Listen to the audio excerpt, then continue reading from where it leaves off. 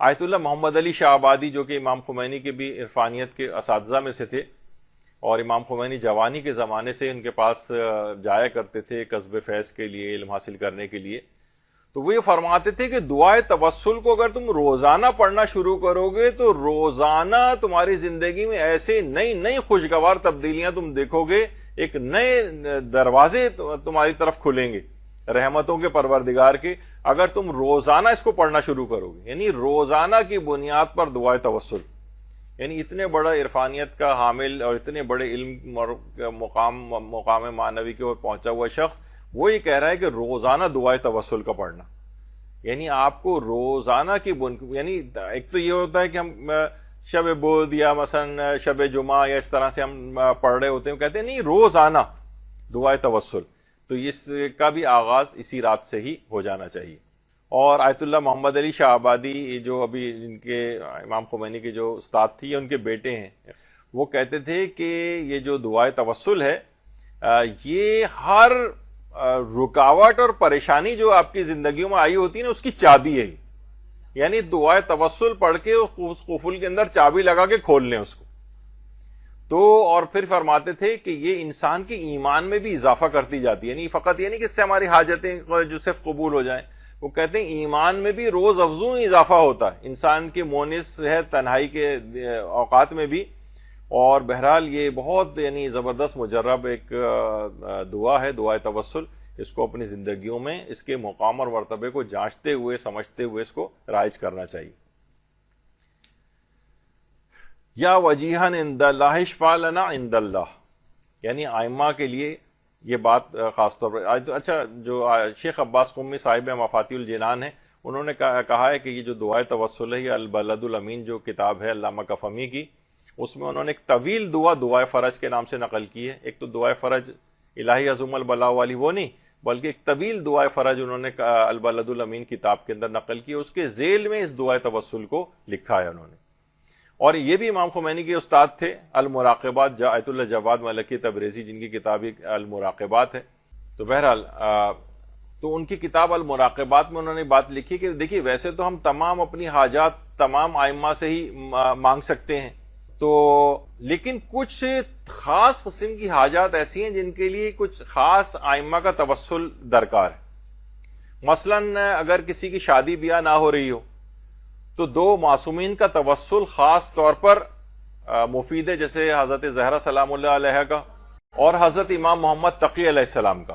اچھا اب اگر کسی شخص کو بہت زیادہ مثلا کوئی ظالم تنگ کر رہا ہے،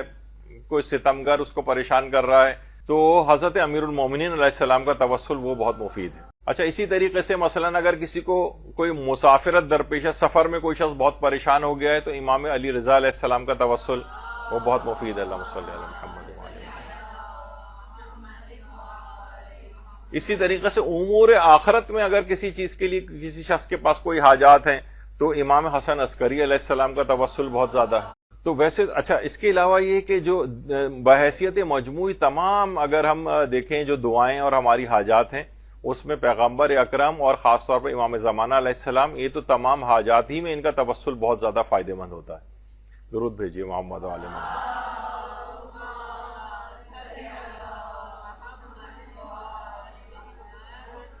تو یہ انہوں نے لکھا ہے کہ ویسے تو تمام ہی ائمہ معصومین کا توسل ہے فائدہ مند، لیکن مخصوص حاجات کے لیے مخصوص، لیکن دعائے توسل میں تو سارے معصومین شامل ہو گئے، تو اس لحاظ سے ان تمام کا توسل جب آپ دعاؤں کے سلسلے میں اختیار کریں گے اس دعا کو پڑھنے کے بعد تو انشاءاللہ آپ دیکھیں گے کہ زبردست زندگی کے اندر تبدیلی آئے گی اور حاجات ساری قبول ہوں گی۔ لیکن خاص طور پر کہا جاتا ہے کہ دعائے توسل وہ مریضوں کی شفا یابی کے لیے بہت زیادہ مجرب ہے، اللہم اشف کل مریض، مریضوں کی شفا یابی کے لیے، اور دوسرا طلب اولاد کے لیے۔ اگر کسی کی اولاد نہیں ہو رہی ہے تو دعاؤں میں سب سے زیادہ مجرب دعائے توسل ہے۔ تو دعاؤں کے ساتھ توسل یوں ضروری ہے کہ امام موسیٰ کاظم علیہ السلام فرماتے ہیں